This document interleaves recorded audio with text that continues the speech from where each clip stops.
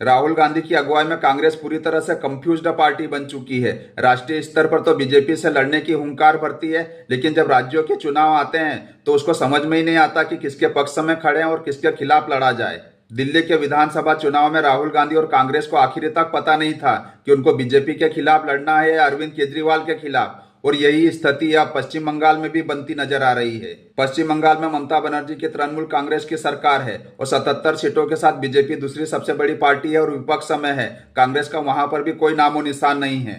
पश्चिम बंगाल में चुनावों की सरगर्मियां तेज हो गई है, लेकिन हमेशा की तरह राहुल गांधी और कांग्रेस को समझ में ही नहीं आ रहा है कि उनको ममता बनर्जी से लड़ना है कि बीजेपी से। कांग्रेस की एक बड़ी खासियत यह है कि हर राज्य में उनके पास एक भस्मासुर नेता होता है जो अपनी पार्टी का सर्वनाश कर देता है।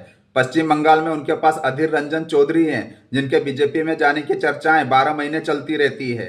ममता बनर्जी तथाकथित तौर पर इंडिया गठबंधन का हिस्सा है, लेकिन पश्चिम बंगाल में 2011 के बीच कांग्रेस के साथ उनकी पार्टी का कभी भी गठबंधन नहीं हुआ है। कायदे से अगर राहुल गांधी और कांग्रेस बीजेपी को हराने की हुंकार भरते हैं तो अपनी ठसक छोड़कर उनको पश्चिम बंगाल में ममता बनर्जी को गठबंधन का प्रस्ताव देना चाहिए। लेकिन इसके ठीक उलट अधीर रंजन चौधरी और तमाम कांग्रेसी नेता टीवी पर चौबीसों घंटे अभी से ममता बनर्जी की बुराई करने में लगे हैं, जिसके चलते पार्टी का वहां पर फिर से डब्बा गोल होना तय है।